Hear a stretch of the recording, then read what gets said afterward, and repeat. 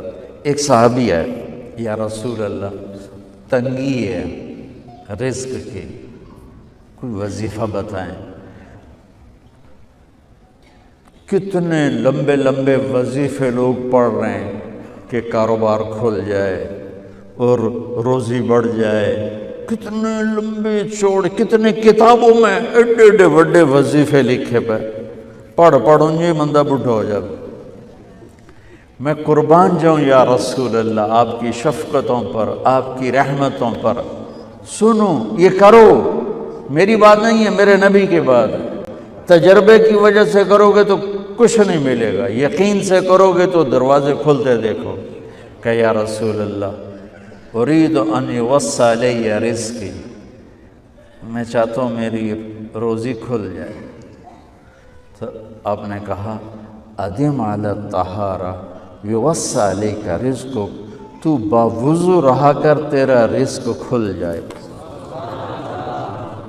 کوئی زور لگتا ہے وضو؟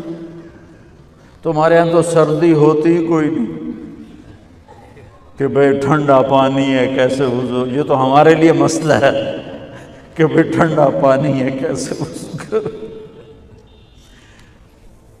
وہ ہمارے گاؤں کا مراسی مجھے مل گیا، میں نے کہا چل نماز پڑھے گی. نہیں جی میاں جی سردی بڑی، نہ لے جاؤ سردی بڑی.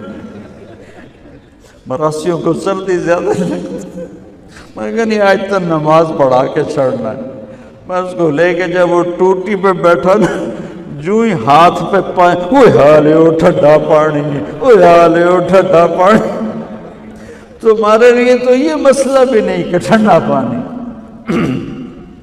میرے نبی کی یہ سارا مجمع لے لو، یہ اوپر مستورات لے لیں. ادم علی الطہارہ یوسع علیک رزقک.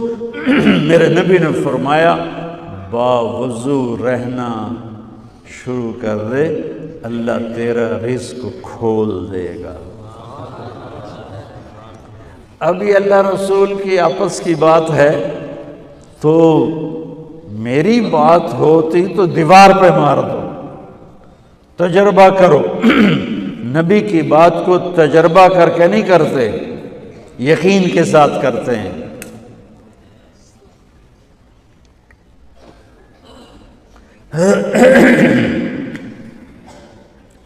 ادم علی الطہارہ یوسع علیک رزقک، باوضو رہا کر. اچھا باوضو رہنے کے اور فائدے. اللہ پیار کرتا ہے، شیطان ڈرتا ہے. اور وضو ہوگا تو نماز آپ ہی پڑھی جائے گی. چلو یار وضو ہے 4 فرض ہی پڑھ لو گی. ایک دفعہ شیطان آیا ہمارے نبی سے ملنے، تو آپ نے اس سے پوچھا تیرے دشمن کتنے؟ کہنے لگا 15. آپ نے فرمایا کون کون ہے؟ کہنے لگا پہلے تو تھوڑا ہی نمبر ہے، پہلا نمبر تو تھوڑے نال میرا لگو ہے. پھر کہنے لگا وہ مسلمان جو 24 گھنٹے باوضو رہتا ہے وہ میرا بڑا دشمن. جو باوضو رہتا ہے اور باوضو سوتا ہے، ایک فرشتہ اس کے لیے بندگی کا ثواب لکھتا رہتا ہے. خیر واپس آتا ہوں. میرے نبی نے فرمایا 4 باتیں لے لو اور دنیا بھی تمہاری آخر.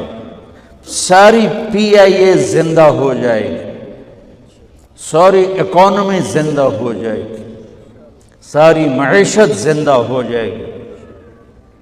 5 بھی نہیں، ایک انگلی بھی آپ نے نیچے کر دی کہ یہ بس اتنی لے لو.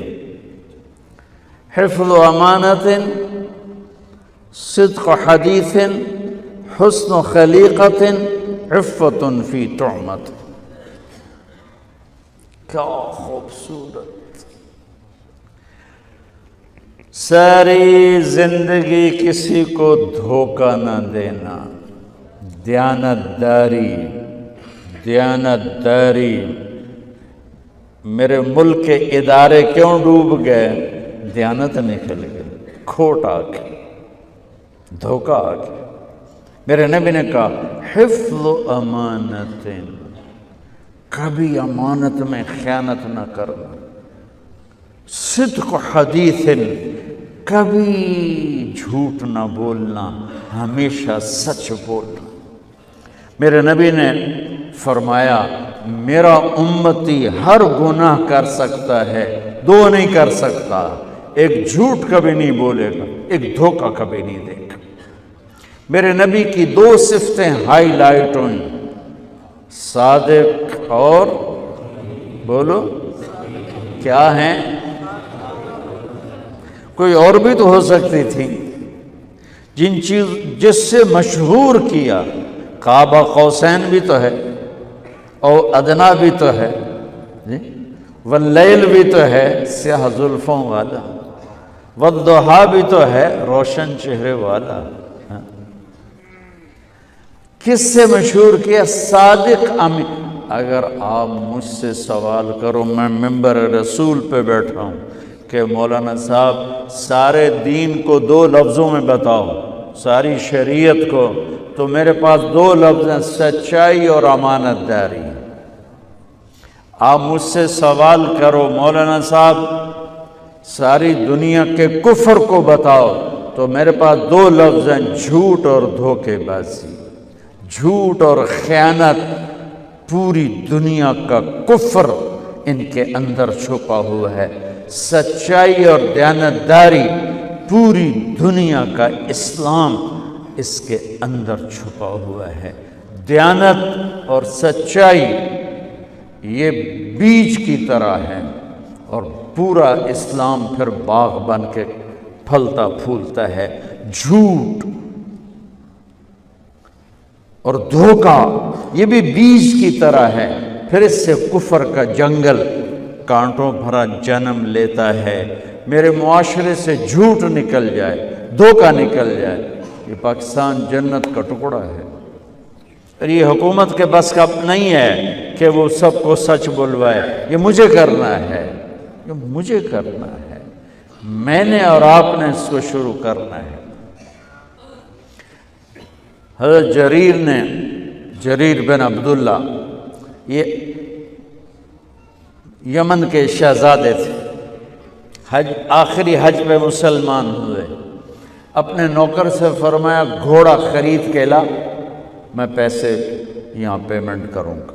وہ منڈی میں گیا، 300 روپے کا گھوڑا لے کر آیا۔ جب انہوں نے گھوڑوں کو دیکھا تو وہ قیمتی تھا، مالک کو پتہ نہیں تھا، اور یہ گھوڑوں کی نسل کے پہچاننے والے اس سے کہنے لگے تیرے گھوڑے کے 400 کر دوں؟ کر دو۔ بڑا حیران ہو کے دیکھنے لگا، بھئی اے کی آپ تو مجھے چیز خریدنی ہے تو میں گھٹاتا ہوں، اور اجمل نے بیچنی ہے تو یہ اس کی قیمت بڑھاتا ہے، اور یہاں خریدار کہہ رہا ہے 400 کر دوں؟ وہ کہنے لگے کر دو۔ کہ 500 کر دوں؟ کہنے لگا کر دو۔ کہ 600 کر دوں؟ وہ تھوڑا تھوڑا گھبرانے لگا، بھئی یہ چکر کی ہے۔ 700 کر دوں؟ 800 کر دوں؟ وہ کہنے لگا حضور تسی لینا تے لو، پر میرا مذاق تھا نا، تسی اٹھو کدی لین والے بھی پیسے بتائے، تسی میں نے 300 دیو میں جاواں۔ کہنے کہ اس کو 800 دے دو اور گھوڑا باندھ دو۔ وہ حیران خوشی سے چھلانگے مارتا ہوا گیا۔ تو جب وہ چلا گیا تو نوکر نے پوچھا میں جب 300 میں سودا کر کے آیا تھا تو 500 کس خوشی میں بڑھائے؟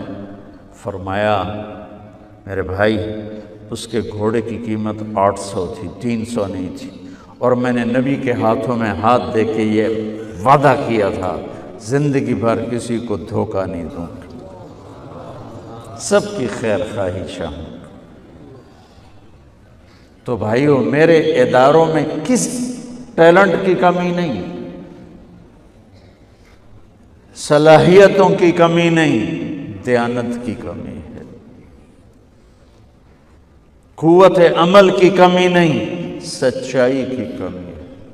حجاج بن یوسف ایک ظالم گورنر گزرا ہے، اس کے خلاف بغاوت ہوئی، وہ ناکام ہو گئی۔ تو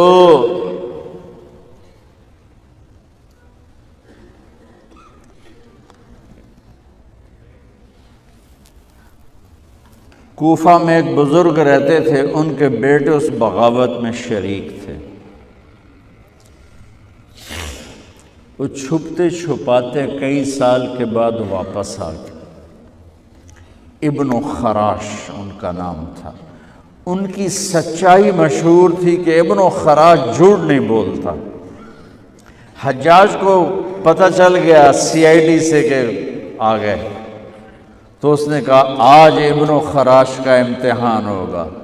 اس کو کھانے پہ بلایا، عنوان ہی نہیں بنایا تفتیش کا، کھانے پہ بلایا اور کھانا شروع ہو گیا۔ باتوں باتوں میں کہتا ہے ابن خراش آپ کے بیٹے ہمارے خلاف لڑ کے بھاگ گئے تھے، کوئی پتہ ہے؟ تو ابن خراش ہنس پڑے، کہنے لگے حجاج زندگی موت تو اللہ کے ہاتھ میں ہے، گھر آئے بیٹھے۔